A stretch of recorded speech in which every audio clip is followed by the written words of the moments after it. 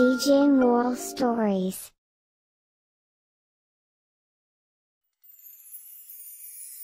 ఒక గ్రామంలో ఒక వ్యక్తి రంగా తన భార్య మీనాక్షి ఇంకా పిల్లాడు గణేశంతో ఉన్నారు. ఒక పెద్ద మొక్కు తర్వాత వాళ్ళ బాల గణేష్ వినాయక చతుర్థి రోజు పుట్టారు.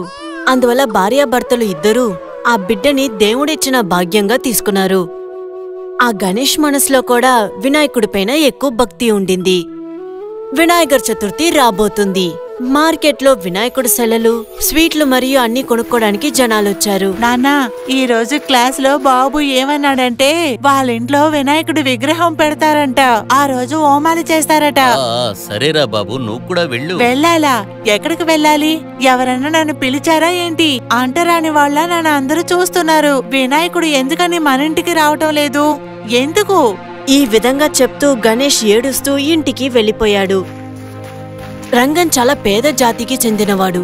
ప్రతి పండగకి ఎక్కువ శిల్పాలు చేస్తారు, కానీ ఎటువంటి ఒక పూజలో కూడా ఆయన కుటుంబం కలవకూడదని చెప్పేశారు. ఎటువంటి ఒక సంతోషమైన కార్యంలోనూ వాళ్ళు పాల్గొలేరు. ఎందుకంటే గ్రామంలో బాగా డబ్బున్న వాళ్ళకి అది అవమానంగా ఉంటుంది. కానీ ఆయన చేసే శిల్పాలు చాలా అందంగా ఉంటాయి. అందువల్ల ప్రజలందరూ ఆయన వెతుక్కుంటే వస్తారు. కానీ ఈ విషయం శిల్పాలు చేసే కేశవునికి నచ్చదు. ఏ సోంబేరి నా కొడుకల్లారా, జల్దీ విగ్రహారాన్ని చేయండిరా. మన ఈ ఏడాది పండగకే విగ్రహారాన్ని ఇయ్యాలి. మీరేరా అంటే ఇంత స్లోగా చేస్తున్నారు. అసలు ఏరా ఇది? ఈ విగ్రహం ఇంతకు అవతారంగా ఉంది. ఇప్పుడు కస్టమర్స్ ఎందుకు రా అంటారని అర్థమవుతుంది. తంగ విగ్రహాలు చేసేటప్పుడు ఏది విరగనంటది అని చెప్తున్నారు. అందరూ విగ్రహాలు తీసేదానికి వాడి దగ్గరనే వెళ్తున్నారు. ఇట్లే వెళ్తే ఈ చతుర్థికి అన్ని పోతుంది. రాత్రి వేళల్లో రంగా శిల్ప చేసే చోటికి బాలా వెళ్లారు. ఆయన మట్టిని మార్చి చెడిపోయిన ఒక బురద మట్టిని పెట్టేశారు. ఆ మరుసటి రోజు రంగన్ శిల్పం చేయడానికి వచ్చినప్పుడు ఆ మట్టిలో ఆయన కాలిని పెట్టారు. అందువల్ల జారి పడిపోయారు.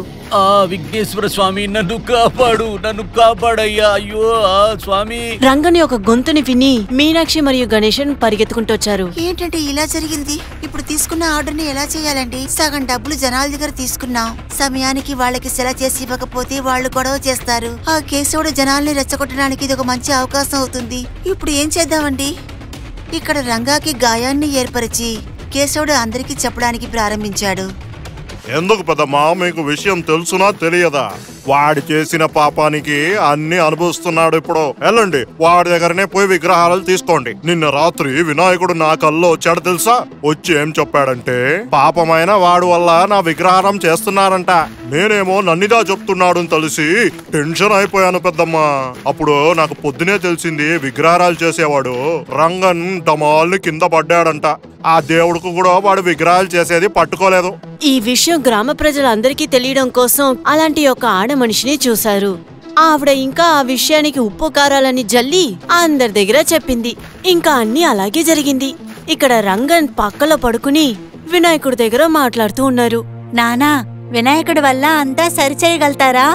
అవునురా బాబు, ఏదైనా చెయ్యాలంటే ఆయనే చెయ్యాలిరా. కానీ ఆయన ఎక్కడ చూడగలుగుతాం? ఆయన ఎక్కడైనా ఉంటాడురా. మనసుతో మనం పిలిచామంటే ఖచ్చితంగా ఆయన వస్తాడురా. గణేశుడు ఒక చిన్న పిల్లాడు. తను మనసులో చాలా పెద్ద భక్తితో వినాయకుడు మాట్లాడుకుంటూ అడవి వైపుకి వెళ్ళాడు. వినాయకుడా, నేను వచ్చేసాను, బయటికి రండి. ఎందుకు దాక్కొనున్నారు?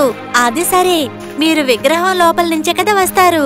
అలా అయితే సరే, నేనే విగ్రహాన్ని చేస్తాను. గణేష్ ఒడ్డుపైన ఉన్న మట్టిని పెట్టి దాన్నిటినీ కలిపి ఒక శిల్పంలా తయారు చేశాడు. అదే ఒక వినాయకుడు వచ్చిన దానికి ఆధారంగా అనుకున్నారు. ఇప్పుడు హఠాత్తుగా జోరుగా వర్షం కురిసింది.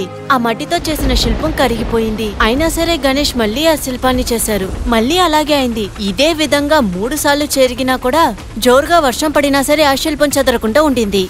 గణేశన్ తిరిగి చూసిన తర్వాత అప్పుడు ఏమైందంటే, ఏనుగా తన తొండల్లో ఒక పెద్ద ఆకుని పెట్టుకుని అది గణేశుడికి ఒక పెద్ద గొడుగులాగా నుంచునుండింది.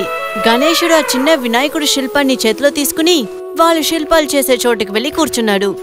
వినాయకుడితో మాట్లాడుతూనే అలా నిద్రపోయాడు. వాళ్ళు లేచి చూసేటప్పటికి శిల్పాలన్నీ సిద్ధంగా తయారై ఉండింది. ఈ విగ్రహారాలంతా ఎట్లా ఉన్నాయి? కొంచెం అట్లా ఇట్లా ఉండేట్టు కదా తెలుస్తుంది. అవును, నువ్వు ఒకే సమయంలోనే విగ్రహాన్ని చేసి దాన్ని ఎండపెట్టేసి దానికి రంగు కూడా రాశావు. సరే వినాయకుడా, నువ్వు అలసిపోయి ఉంటావు, తినడానికి తీసుకొస్తాను. అవును, నాకు చాలా ఆకలిస్తుంది. కొంచెం నా కడుపుని చూడు. గణేశుడు ఇంటికెళ్లి చూసినప్పుడు అక్కడ వాళ్ళమ్మ కళ్ళు మూసుకుని వినాయకుడిని పూజిస్తూ ఉన్నారు. గణేశుడు చేతితో ఆ ప్రసాదాన్ని తీసుకొచ్చి వినాయకుడికి తినిపిస్తూ ఉన్నారు. పూజలో కూర్చున్న మీనాక్షికి ఒక దృశ్యం కనిపించింది. దాంట్లో వినాయకుడు ప్రసాదం తింటూ ఉన్నారు. తను కళ్ళు తెరిచింది. ప్లేట్ ఎక్కడా? మిమ్మల్నేనండి. మీ విఘ్నేశ్వరుడు వచ్చారు, చూడండి, త్వరగా లేవండి. అసలు కదల్లేని పరిస్థితిలో ఉన్న రంగా లేచి నుంచున్నారు. ఇద్దరూ చేతులెత్తి దండం పెట్టి వినాయకుడిని పూజించారు. దేవుడా, ఇప్పుడే నేను శిలలు చేయటానికి ప్రారంభిస్తాను. శిల్పాలు చేయడం కోసం వాళ్ళిద్దరూ బయటికి వచ్చారు. బయట జరిగిన ఆ ఆశ్చర్య దృశ్యాన్ని చూసి ఇద్దరూ ఆశ్చర్యపోయారు. వాళ్ళ కొట్లో జనాలు ఎక్కువ మంది వచ్చారు. అన్ని శిల్పాలు ఇంతకు ముందే రెడీ అయి ఉండింది. ప్రతి శిల్పాలు చాలా అందంగా ఉన్నాయి, చాలా లక్షణంగా కూడా ఉన్నాయి. గణేష, ఎవరు ఇదంతా చేసింది? నా వినాయకుడే చేశారు. నేను చెప్పాను అంతే. నా విగ్రహాలున్నాయి కదా, ఇదే మీ ఇల్లని చెప్పాను. ఇప్పుడు నా ఫ్రెండు నిద్రపోవడానికి వెళ్ళాడు, నేను మిగతా పనులు చేస్తున్నా. బాలు దాగుండి ఇవన్నీ విని కేశవుని దగ్గరికి వెళ్లి చెప్పారు. వాడేమో చిన్న పిల్లోడు, వాడేమో మాట్లాడేది ఎందుకు మీరు తీసుకుంటున్నారు? కానీ వాడు వల్ల ఎట్లా ఇంత విగ్రహాలు చేయనిపోతుంది? నేను వాడు విగ్రహాలు దొంగిలిస్తాను, చూస్తాం ఏం జరుగుతుందని. గణేశుడు శిల్పాన్ని గుండెల్లో పెట్టుకుని నిద్రపోయాడు. కేశవుడు ఆ శిల్పాన్ని దొంగతనం చేసి వాళ్ళ ఇంటికి తీసుకెళ్లిపోయారు. ఇంకా నిద్రపోయారు. హఠాత్తుగా అతను చెవులో చీన్ ఒక శబ్దం వినిపించింది. ఆయన కళ్ళు తెరిచి చూసినప్పటికీ ప్రతి చోట ఎలుకలు ఉన్నాయి. కాపాడండి, కాపాడండి, నిండా ఎలకలున్నాయి. అప్పుడే కేశవుని ఇల్లు ఊగడం మొదలుపెట్టింది. ఎలాగోలాగా ఆయన తలుపు దగ్గర చేరుకున్నారు. అక్కడ ఏనుగుల ముఠ ఆయన చంపడానికి వేచి ఉన్నారు. ఎందుకు ఇట్లా జరుగుతుంది? అప్పుడే శిల్పం నుంచి ఒక వెలుతురొచ్చింది. దాంట్లోంచి వినాయకుడు వచ్చారు. నా అనుచరులని డిస్టర్బ్ చేసే వాళ్ళని నేను ఎప్పుడే మన్నించాను కేశవా. నువ్వు పైసాలకు ఆశపడి ఏం తెలియని జనాలు మనసులో పెద్దవాడు వాడు వీడుని భయం పెట్టి ఉన్నావు. దేవుణ్ణి ఇప్పుడు చూస్తావా? నన్ను మన్నిచేయండి దేవుడా, నేను చాలా పెద్ద తప్పు చేశాను. నన్ను దయచేసి మన్నిచేయండి. నేను తప్పుని అందరి ముందు ఒప్పుకుంటాను. ఈ ఏడాది వినాయక చతుర్థి మీ విగ్రహాలు చేసే రంగుడు ఇంట్లో విశేషంగా జరుగుతుంది. ఇంకా అదే విధంగా జరిగింది. ప్రతి ఒక్కరు వాళ్ళు చేసిన తప్పుని తెలుసుకుని శిల్పాలు చేసే పేద రంగా దగ్గర క్షమాపణ కోరారు. కేశవన్ గణేశన్ దగ్గర ఆయన శిల్పాన్ని ఇచ్చేశారు. గ్రామంలో అందరూ పేదవాడు డబ్బున్నవాడని చూడకుండా చవితిని జరుపుకున్నారు. గణేశ, ఇప్పుడు నీకు అందరూ ఫ్రెండ్స్ అయ్యారు. నీలాగా ఉండే వాళ్ళందరికీ నేను హెల్ప్ చేయాలి కదా. నేను వస్తాను, కానీ నువ్వు నన్ను ఎప్పుడు పిలుస్తాను ఆ క్షణం నేను ముందు వచ్చి నిలుస్తాను. నా గణేష్ మహారాజుకి జై జై.